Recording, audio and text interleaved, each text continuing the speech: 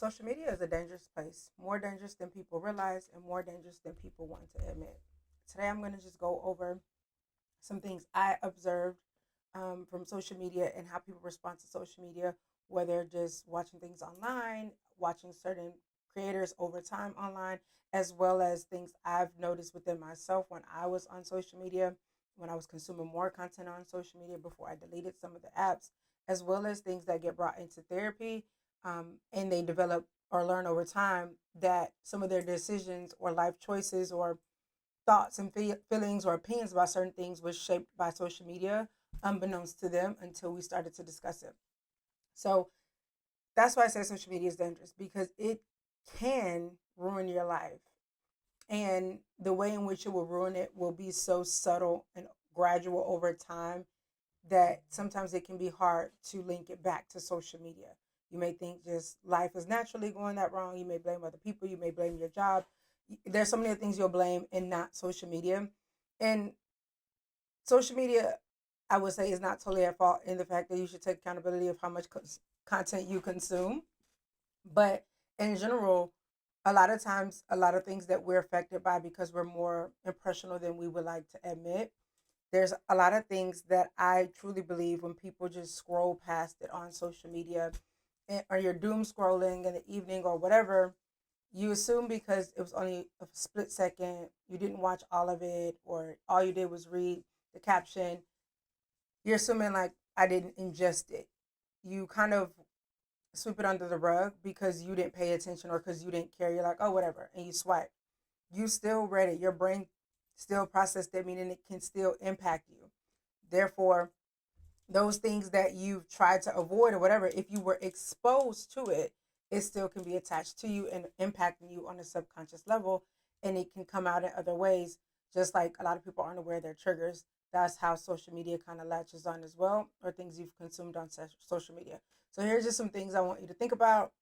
Maybe take note of these or give it some thought while I'm talking about it.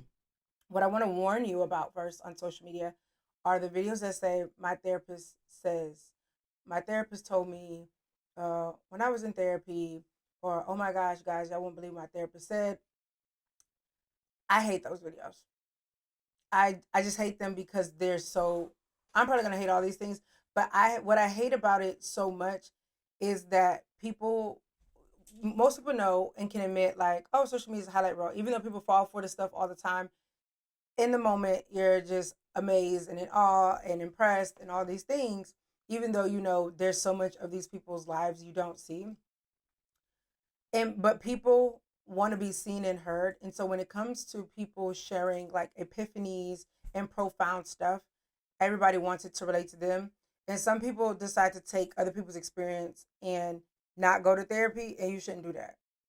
That is delusional, and you there's probably a diagnosis for that because you are not them. And so while what their therapist may have said or whatever they're sharing could apply to you, there's so many nuances that you shouldn't take it as law and immediately apply it to your life. In the same way with skincare videos or dieting videos, fitness videos, all of them, you should take it with a grain of salt because your results may vary, your health varies, your lifestyle, your experiences, all those things go into how much this stuff works. And therapy is such a individualized thing that happens that while you're like, huh, me too, or oh, that sounds familiar, you should go see your own professional and figure that out for yourself instead of saying, oh, I don't need to go because I saw it on TikTok. Because I hear that all the time.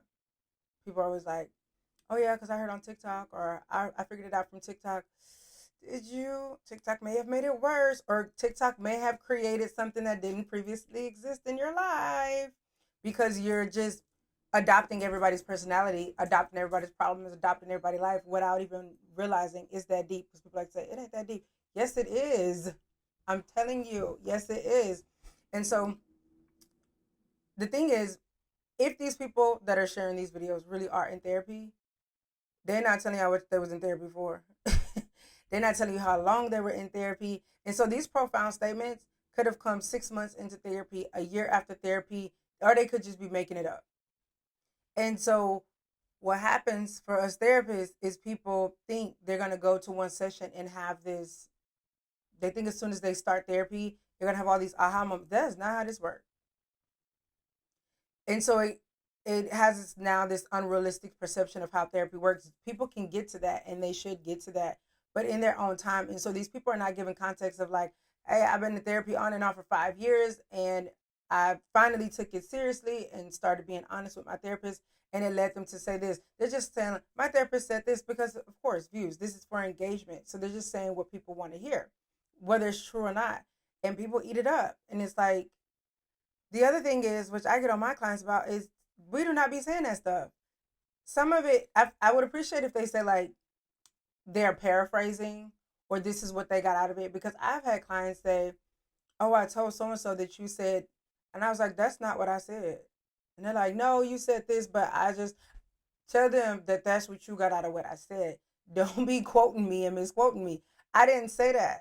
And then sometimes I tell them, like, that's not even what I meant when I said that. Like, you just got it all wrong. Now you out here spreading slander, defamation of character.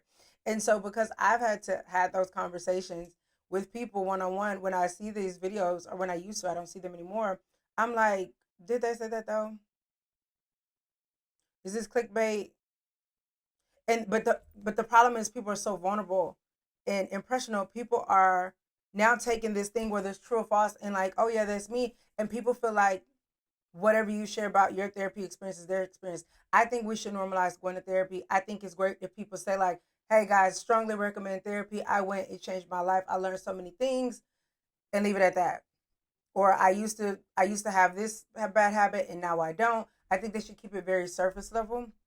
But when people try to go into details or talk about specific diagnoses, my God, and like, oh, if you have this is what my therapist said, that may not apply to you.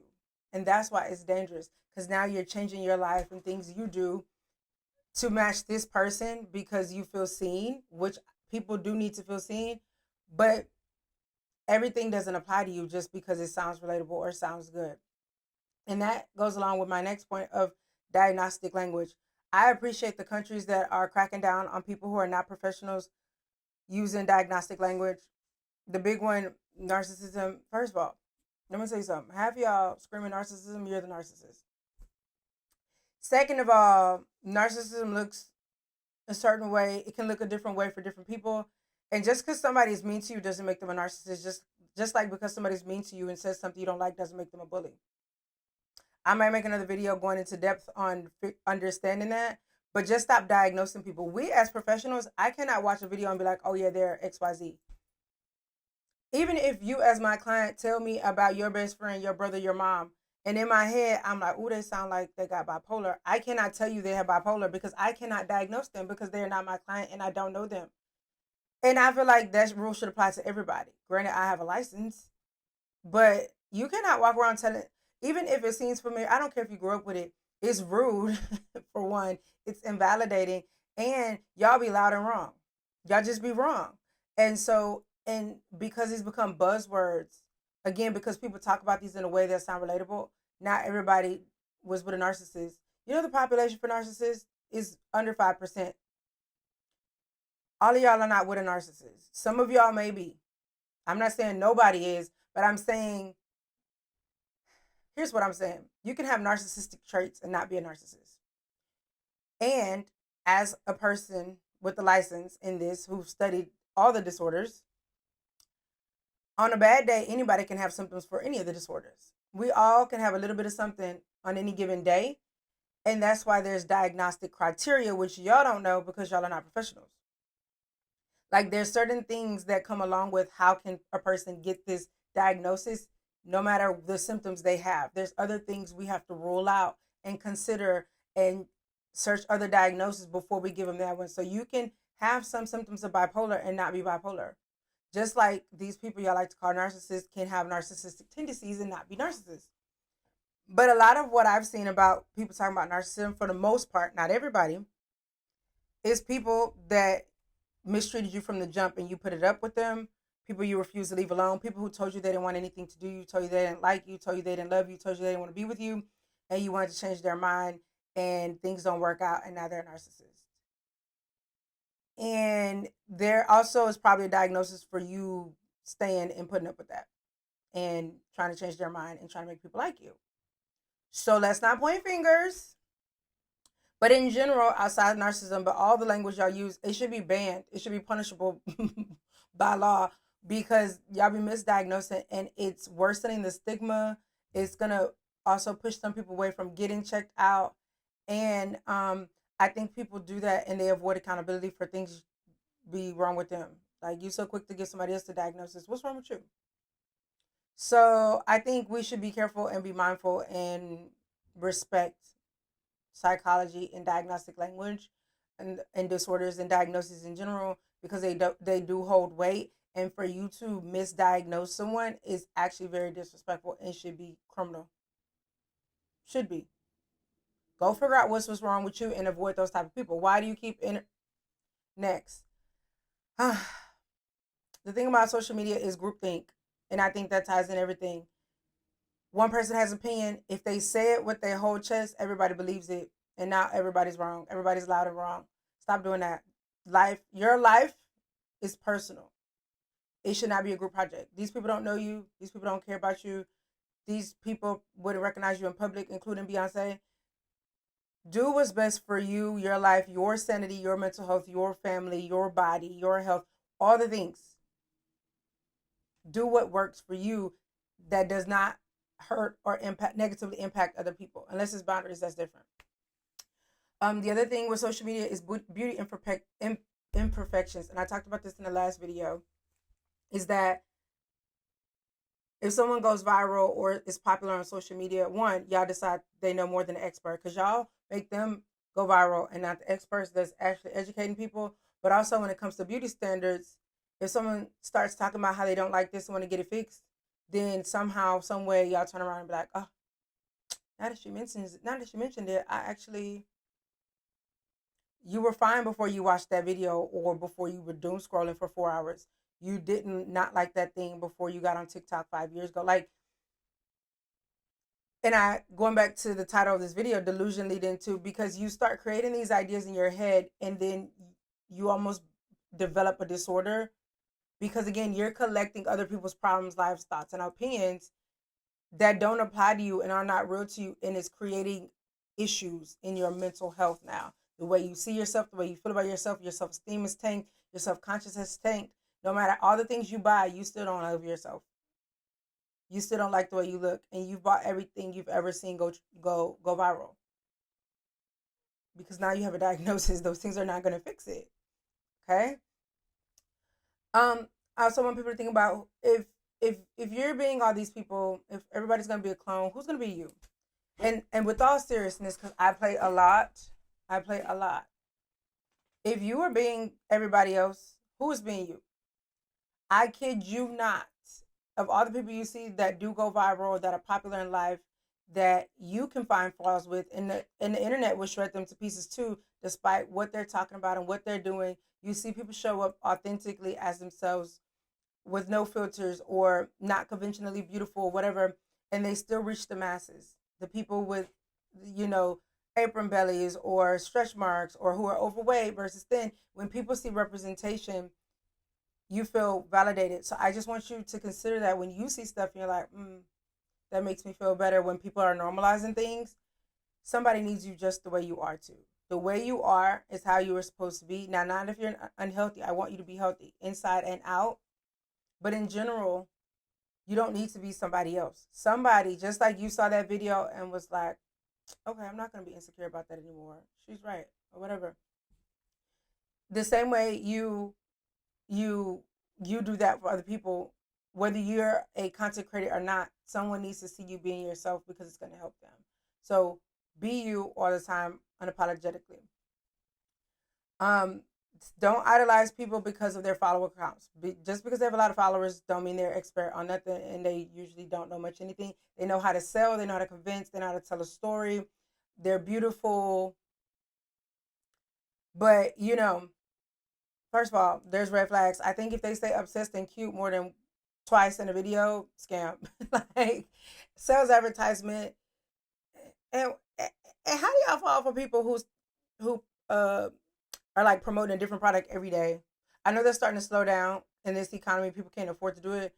But how do y'all be falling for that? Like, if they said they like Neutrogena today and tomorrow they like Garnier Fructis, is that still around? and then they like Mac, and then they like Sephora every day or twice a day, and y'all just buy the product. They're not using all these products all the time. I'm at a point in life where people promote it. If it goes viral, I don't want it. There's very few things like EOS. I loved EOS. But there's very few things that's gone viral that are like fragrance recommendations. Like, just do what works best for you. Fine. Go on your own personal journey and figure it out. It's the products that they don't mention when you see the good ratings or you're watching vlogs that they don't probably mention. Those are the ones they use all the time. Those are the ones they actually love. But if they're not getting paid to tell you they love it, they don't tell you. So just something that just, I know you know this, but I want you to remind yourself of this, of like, just because you see it go viral, it's just viral. It just means a lot of people like it or enjoying it. And it's just the thought. It's just an idea, but you don't have to believe it or identify it or adopt it. Okay? And everybody's starting to look alike. And you should have a problem with that.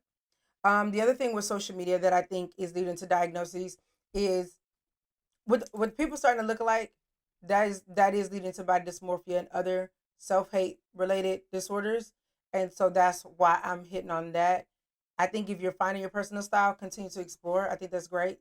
Personal style is very important for your self-esteem and self-confidence, but you don't need someone else's style to look great or feel great. And honestly, you may not feel great because it's not true to you. You are trying to look like somebody else, and when you do that, you still don't feel better because you're not them. A lot of stuff people wear, first of all, a lot of stuff. Y'all remember when the red boots went viral?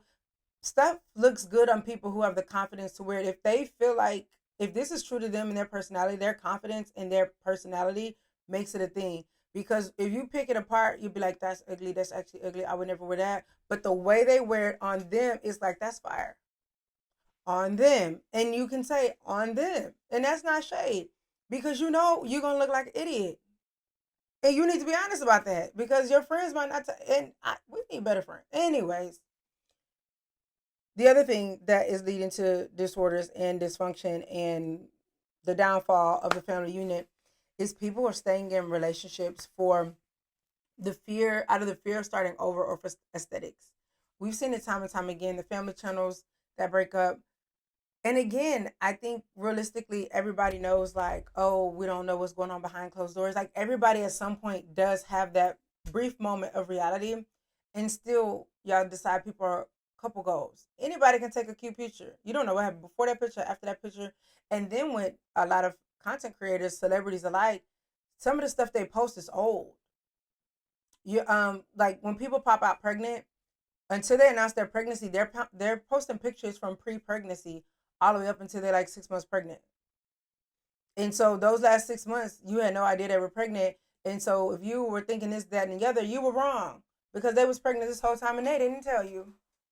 But we've seen, I don't think social media ruins relationships. I think people should stop selling their relationship. And by selling, I mean, if your content is, your relationship is how you make money, you've sold it. And that's dangerous, as we see, because then people stay together because this is how they pay their bills. And a lot of times things are happening in these relationships, abuse, infidelity, and things like that. And they endure it because it's good money, or they don't know what they'll do next. And when you stay in an unhealthy predicament, that causes mental issues, especially depending on what you're enduring. That can be stuff it takes forever to overcome, get over. If you ever do, that can literally ruin and change your life. And when you idolize these, then when these people announce or admit, I'm thinking of like Krishan Rock and her baby daddy, it normalized, even for all you Beehive people, even when Beyonce made Lemonade and y'all realized she got cheated on allegedly, it normalized cheating for some of y'all. And that y'all need to see somebody for that. Just because we were like, if she got cheated on, we all gonna get cheated on. That is not true. That y'all do not know that lady. And y'all never will. Like, mind your business. Mind your business. And if you are against cheating, don't let people cheat on you. Like, have your own boundaries, have your own self-respect, not Beyonce's. That's their business. And they have, I don't want to say they have the money to do with that, but they let y'all know what they want y'all to know, and they let y'all think what y'all want to think. That album could have all just been creativity. Like y'all, we don't know, and it really is none of our business. So we really shouldn't try to put too much into it to find out. Just mind your business. Like if their relationships could be good, cool, and the relationships may not be, but the problem is when it encourages people to stay in situations they shouldn't because you feel seen. Like, oh, if they're going through this is the ups and downs. You get to decide the ups and downs in your relationships. And if ups and downs does not include cheating, you do not have to tolerate cheating. If ups and downs do not include being cursed out or yelled at or hit, you do not have to tolerate it because you see your favorite couple, which they should not be your favorite couple, but your favorite couple doing this and they doing this online and they talk to each other like this, and you're like, oh, it's normal. No, it's not. Just because it's viral does not make it normal. I should have said that at the beginning of the video. Just because it's viral, just because it's popular doesn't make it normal. It makes it common. Common and normal are not the same thing. And y'all know I'm good for clearing up vocabulary. Common and normal are not the same thing. Common, everybody doing it. Normal means it's okay to do. It's not okay to compare yourself to every relationship or do whatever relationship is doing, even if everybody's doing it. Does that make sense? So let's not bet on others more than we bet on ourselves. And think about who you were before social media. What did you do? What were your hobbies? Who were your friends? What kind of relationships did you have? Because there is a lot of good information on social media. There's a lot of good recipes. All the ones I've tried are terrible. But there's a lot of good recipes. There's a lot of good information out there. But I think a lot of the good information gets covered by misinformation. And that's why it's dangerous because people don't know the difference. And that was why I personally deleted TikTok, is because I would constantly see stuff and I'm like, that is not true. But I would see the comments and people just like eating it up. And I'm just like there's so much, it's too much. It's too much together, and people don't have the wherewithal or the knowledge or the experience to know what. And at the end of the day, people are consuming all of it, and all of it, you're ingesting all of it, and you're consuming all of it, and you don't really, you're not always consciously aware of what's taking root in your life, in your spirit, and that stuff may last for years within you, and you look up and be like, how did I get here? How am I in this kind of relationship? Why do I dress like this? Why did I buy this? And only to say, like, you know what, this girl I used to follow 12 years ago, she always talked about this type of jeans. She always wore these kind of shoes, or she loved these purses. And you ain't never wore it because you're not her. You didn't like the purse. It was great on her. So guys, be careful. Be careful. It impacts relationships, and because the things people think their relationship look like, you want everything you see posted on the video. Yeah, I realize, as someone who tried to be a content creator at one point, do you realize how much work it is to get those right angles? All of that stuff is performative, because even because I have a dog, I've been trying to do this for my personal life. My dog is crazy as hell, and I've been trying to capture her doing stuff. But the angles to get her to do this stuff is so hard that I'm convinced all animal, either people are recording all day, which is also probably a disorder, but you're not just grabbing the phone catching something. You've propped the phone and you've created an environment for this to happen 9 times out of 10, because those angles and the lighting is hard to just do on a whim. Now some of them are professionals at recording, but for the most part, people are not like catching these moments. They're performing, they're rehearsing, they're editing, they're re-recording over and over and over again. And that's cool, make your money, but you as the consumer need to remember, like, this is a job. This is a job for a lot of people. And even if they not making money yet, they probably want it to be a job. Okay. So they want you to believe what they want you to believe. And so don't say like, oh, I'm only gonna date men who do this, or like, oh, I want a husband just like so and so, or her boyfriend did this. I want, maybe her boyfriend did, maybe he didn't. A lot of women be bragging about their boyfriend and they be the one paying for it. Been there, done that, long time ago. They be buying their own rings and their own gifts and just say, my man, my man, my man. And even if he did do it, he's not your man. Appreciate what you have. Look into your own life. Appreciate your life. Express gratitude. Mind your business. It's okay to appreciate and respect what other people have going on, but do not envy and want other people's lives. That is unhealthy. And that is my point today.